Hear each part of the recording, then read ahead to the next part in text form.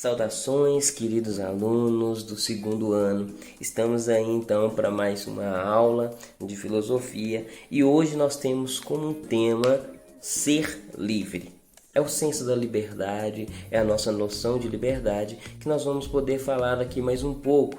Não sei se vocês têm reparado, mas os nossos temas elas sempre têm uma ligação, né? Todos os meses, né? Todos os nossos PETs, elas estão interligados. E hoje, né? Na terceira semana, nós temos que falar aqui sobre o nosso senso de liberdade. Ok? Mas antes de começarmos aqui então a nossa aula propriamente dita, não se esqueça de olhar aqui no nosso card, no nosso izinho. Se você não assistiu a nossa última aula da segunda semana ou da primeira, dá uma olhada, vai aqui nesse izinho aqui de cima aqui, ó, e você vai conseguir encontrar aqui os nossos outros vídeos, ok? Então vamos lá para a nossa terceira semana do nosso quarto PET, ok? Então vamos lá. Bom, como eu disse, o nosso tema de hoje é ser livre. Mas o que é de fato a liberdade? Como que essa liberdade ela se dá? Não é segredo dizer, mas dentro da filosofia a liberdade é um tema que sempre foi trabalhado. Desde o período lá antigo, na Grécia Antiga, nós sempre trabalhamos esse senso de liberdade porque é algo que o homem sempre sonhou, né? Aí nós vamos ter algumas discussões sobre o homem nasce com a liberdade, o homem não nasce com a liberdade, o homem adquire a liberdade, o homem nunca adquire a liberdade. Mas para você, o que será que é a liberdade? Você consegue imaginar o que é ser de fato livre? Pois é, isso é o que nós vamos estar discutindo aqui hoje. A liberdade, dentro da nossa modernidade, dentro daquilo que vários pensadores modernos vêm falando conosco, é que a liberdade ela tem um preço muito alto, ela tem um peso na nossa vida. Por quê? A liberdade, isso ninguém discorda, ela está totalmente vinculada à nossa noção de escolha. Contudo, existem inúmeras discussões a respeito de como é que essa liberdade de escolha ela é feita, como é que ela chega até nós. Bom, se você parar para pensar, nós vivemos em uma sociedade. E é exatamente essas regras sociais, esse conjunto social que nos conduz a esse senso de liberdade. Porque se você escolhe algo, você somente escolhe porque você foi colocado dentro daquela realidade para ser escolhido. Então, no final das contas, você teve de fato a liberdade. Eu dei para vocês uma noção de liberdade, só que eu dei a liberdade limitada. Essa é a crítica de vários filósofos, essa é a crítica de muitos pensadores, porque a liberdade que nós falamos que nós temos, na verdade ela está sempre condicionada a uma realidade social ou uma realidade organizada. Entende? Hegel, por exemplo, igual tem aí no texto de vocês, ele fala, né, que o direito, a moral, o Estado, eles são aqueles que fazem com que a liberdade ela exista em nós. Porém, essa liberdade ela é dada a nós. Então nós não nascemos com a liberdade. Por isso que é falado, né, que a liberdade não se nasce com a gente, ela é inata a nós. Porque ela foi dada por um conjunto social. Então a gente tem que pensar até que ponto a minha liberdade ela pode ser exercida, até o ponto que a própria sociedade lhe permitir, não é mesmo? Existe também um outro filósofo chamado Francis Bacon e ele nos aponta exatamente como que esses limites de escolha, esses limites dentro da liberdade, eles funcionam. Ele vai chamar de ídolos, ou seja, esses ídolos são pontos, são noções daquilo que a sociedade ela manifesta a nós, são manifestações da própria sociedade, né? Aí nós vamos ter 4 ídolos diferentes. Nós temos o ídolo, né, os ídolos da tribo, que é o que? São aquelas regras antropológicas, são aquelas regras que são feitas pelo próprio homem para o homem. Lembra a ideia da sociedade em que nós criamos a sociedade e a sociedade depois nos governa? Lembra? É essa a ideia. Depois nós temos aqui o ídolo, os ídolos da caverna. Olha aí a última atividade, é o mito da caverna. O que era o mito da caverna? Era o homem que ficava preso em uma ilusão lá no fundo da caverna. E depois uma pessoa saía e quando tentava voltar, tentava indicar a verdade. O ídolo da caverna era exatamente isso, aquelas noções de que um indivíduo ele pode falar pelos outros. Depois nós temos aí os ídolos do mercado, do foro, os ídolos da praça, que são o quê? São a forma de linguagem, é aquilo que nós chamamos de comunicação. Vamos dar um exemplo que nós estamos vivendo aqui, a fake news. Ela é um ídolo de mercado, ela é um ídolo de praça, ou seja, o povo fala e a gente vai obedecendo isso aí. Porque, como todo mundo está falando, eu então tenho que acreditar. Entende? E depois nós temos o ídolo, os ídolos do teatro, os ídolos do teatro, que são as falsas noções das concepções científicas, filosóficas, culturais. Por quê? Por que essa aqui seria falsa? Ah, professor, você está falando então que tudo isso que nós estamos estudando é falso? Não, é porque muitas vezes nós não questionamos, né? Lembrem, lá dos primeiros dias de aula, eu falava isso com vocês. Nós precisamos ser críticos, nós precisamos sempre perguntar, questionar. Não existe pergunta boba, existe pergunta mais fácil e pergunta um pouco mais difícil, né? Tanto é que eu falo com vocês, vamos fazer qualquer pergunta. Por quê? Perguntando nós chegamos ao conhecimento. Mas hoje em dia, se nós pararmos para pensar, vocês alunos muitas vezes não questionam.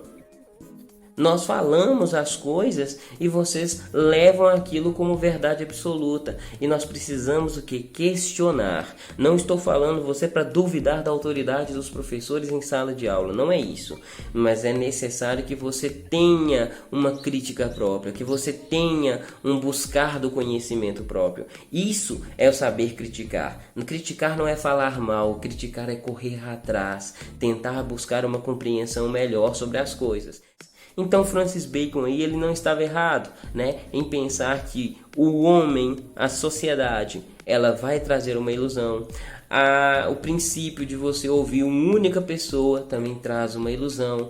A ideia de que se todo mundo falar também é uma ilusão. E a ideia de você acreditar friamente em todos os eixos filosóficos, culturais, sociais, como também científicos, sem questionar nada. Tá ok? Então assim, tá bem tranquilo. Se nós pararmos para pensar, essa ideia nossa de liberdade, ela é feita desse jeito. E aí, por fim, nós temos quem? Nós temos Sartre. Olha, Sartre, Jean-Paul Sartre, que a gente tanto fala aqui no nosso PET, que nós falamos tantas atividades aí. Ele fala pra gente aqui mais um pouquinho, que é o que? Nós somos condenados a ser livres. Olha, o que será isso que ele está falando? Que nós somos condenados a ser livres. Eu vou ler aqui um trechinho aqui que está na apostila de vocês aí, que ela é bem interessante para a gente entender isso aqui. O homem está condenado a ser livre, porque ele não criou a si mesmo, e mesmo assim é livre, pois tão logo atirado no mundo, torna-se responsável por tudo que faz. Presta bastante atenção nessa frase de Sartre. Ele diz o seguinte: a liberdade, ela está inerente ao homem. Pode até não nascer com ele, ou se nascer também, isso tanto faz. A realidade é o que? Se o homem ele tem a liberdade, ele tem a obrigação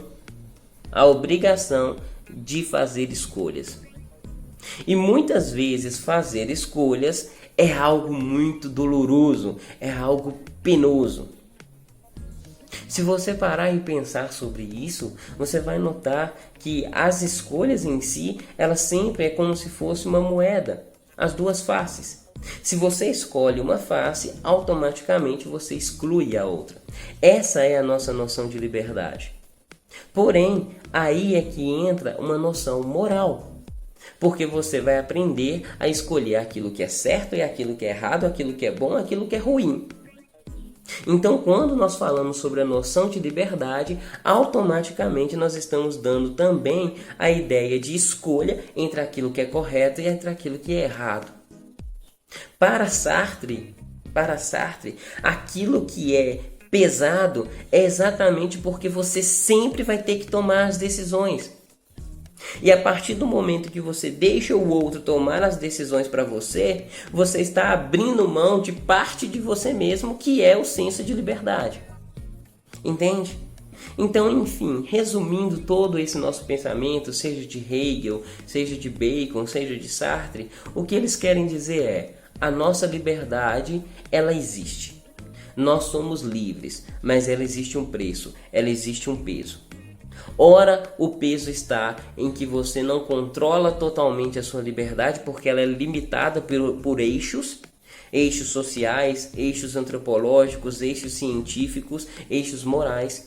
Mas também existe um peso por trás desses eixos, existe um peso por trás desse limite, que são as nossas escolhas. Ok? Então vamos lá para as nossas atividades. Caríssimos alunos, então vamos aí para as nossas atividades. São 3 questõezinhas, vamos tentar fazê-las da melhor forma possível e uma forma rápida, né, para podermos entender. Vamos lá, nossa primeira questão. Sartre afirma: ser livre não é fazer aquilo que queremos, mas querer-se aquilo que se pode. Tendo por base esta frase, assinale V para verdadeiro e F para falso. Beleza, nós vamos marcar aqui V ou F, tá bem tranquilo. Vamos lá. Mas nós temos que lembrar a frase, tá? É essa que é a pegada dessas atividades. Você tem que entender aquilo que está sendo dito. Ser livre não é fazer aquilo que queremos, mas querer-se aquilo que se pode. Olha só, tem um eixo ético aqui. Mas vamos lá, a primeira aqui, ó. Ser livre é de imediato ter uma gama infinita de escolhas, das quais optamos de acordo com a nossa vontade. Presta atenção, aqui você está falando ser livre de imediato é ter um monte de escolhas, né? Ter uma infinidade de escolhas, as quais optamos de acordo com a nossa vontade. Tudo que acontece, a gente tem escolha?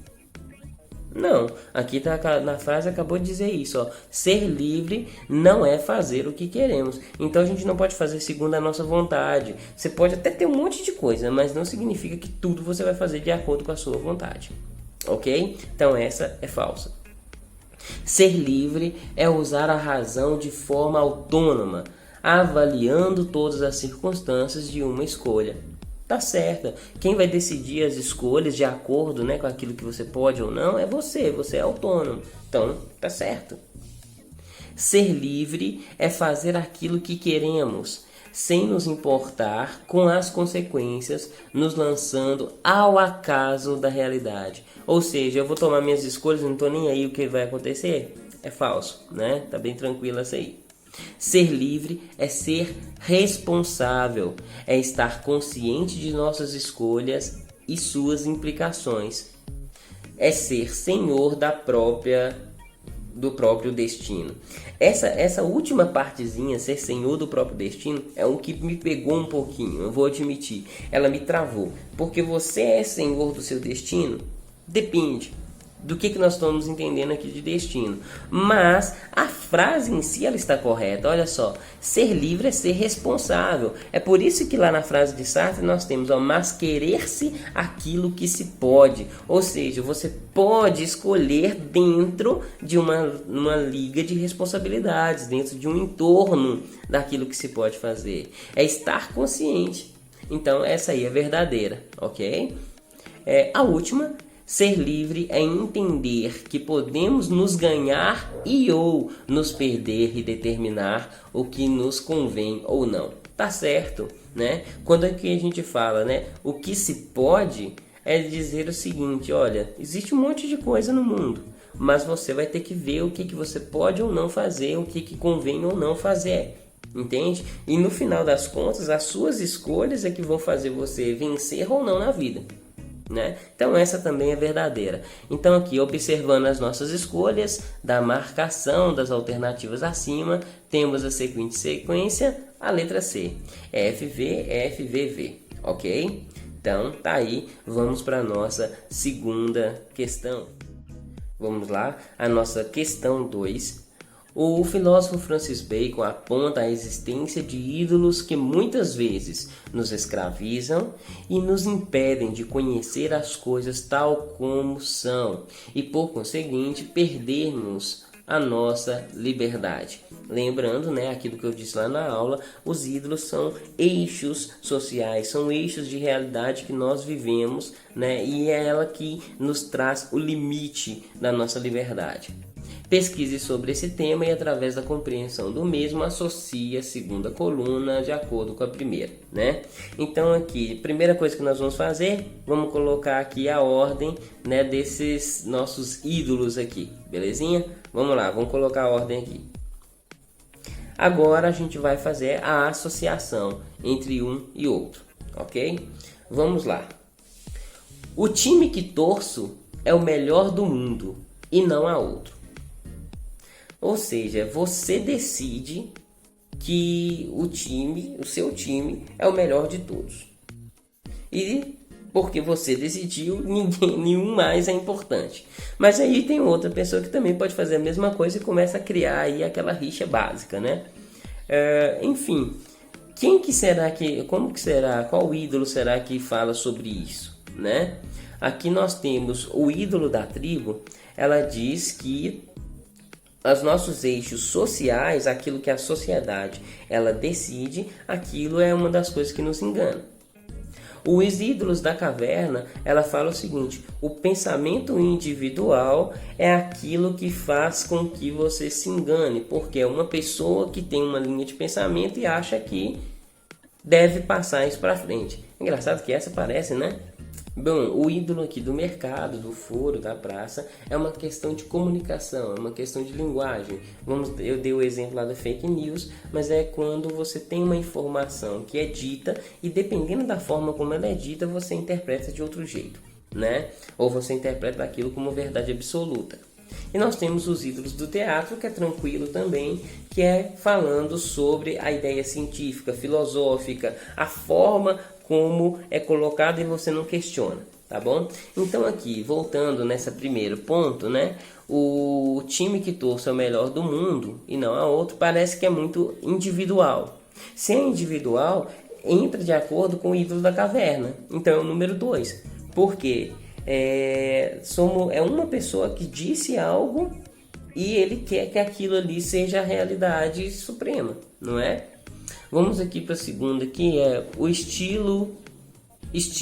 Você tem ou não é nada. Isso aqui é muito ideia de mercado, né? Ideia da praça, né?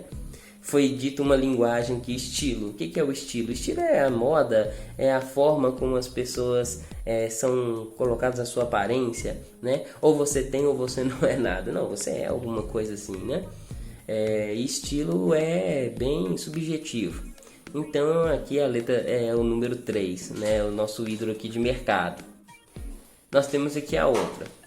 Através das diversas análises empíricas, concluímos que a Terra é plana. É bem científico esse aqui, né? Então, ídolo do teatro, né? Que é a ciência, a forma de conhecimento empírico, a forma dos nossos conhecimentos, né, filosóficos em si. Então tá aí, é a 4. Então só restou aqui o número 1, né, que é o ídolo da tribo. Só acredito nos ensinamentos dos antigos e não estou aberto a novos conhecimentos. Ou seja, a sociedade ela se fecha, né? É quando você fecha o seu conhecimento achando que é aquilo ali e pronto, e não precisa crescer mais, não precisa desenvolver mais, né? É uma argumentação única e pronto. Então tá aí, a numeração nossa ficaria 2, 3, 4, 1, né? Seria a letra A, ok? Seria a letra A. Eu sei que vocês vão precisar ter uma interpretação um pouquinho maior, porque essa ideia de ídolos aqui nem sempre ela é tão fácil da gente entender, porque Bacon ele faz uma abordagem muito mais ampla sobre isso e a realidade onde ele vivia também era outra, então acaba que pra gente fica um pouquinho mais pesado, ok? Mas tá tranquilo. E a nossa última questão aqui, com base na figura abaixo, Redige um texto apresentando a correlação entre o conhecimento e a liberdade e como você vivencia esse fenômeno em sua vida. Bom, fazer um pequeno texto aí, é bem tranquilo. Essa imagem, eu não entendi nada. Mentira, mentira, gente, eu tô brincando. É o seguinte, se você reparar bem a imagem, nós temos aqui o que parece ser um anjo, né, ali dentro, ou seja, as asas da liberdade, né? O senso de liberdade a gente sempre coloca como figura linguística aqui as asas, né? Porque você pode voar livremente. Porém, se você reparar, esse anjo ele está ao redor de vários círculos, né? Várias ondas. Que ondas seriam essas? Seriam os limites da nossa vida, ok? Seriam aquilo que nos limita, tá? E aí então você é totalmente livre, né? Isso é lógico que foi uma interpretação minha, tá bom? Mas você analisando a imagem, você pode ter uma outra interpretação sobre essa imagem. Mas o que você tem que entender é o seguinte: o que está pedindo aqui é redige um texto apresentando a correlação entre o conhecimento e a liberdade. Ok? E como que isso funciona dentro da sua vida, dentro daquilo que você está vivenciando hoje. Ok? Então tá aí, gente, eu agradeço vocês, as atividades foram bem tranquilinhas, bem rapidinho aqui pra gente, e espero ter ajudado vocês e não ter confundido, ok? Então até a nossa próxima atividade. Um abraço!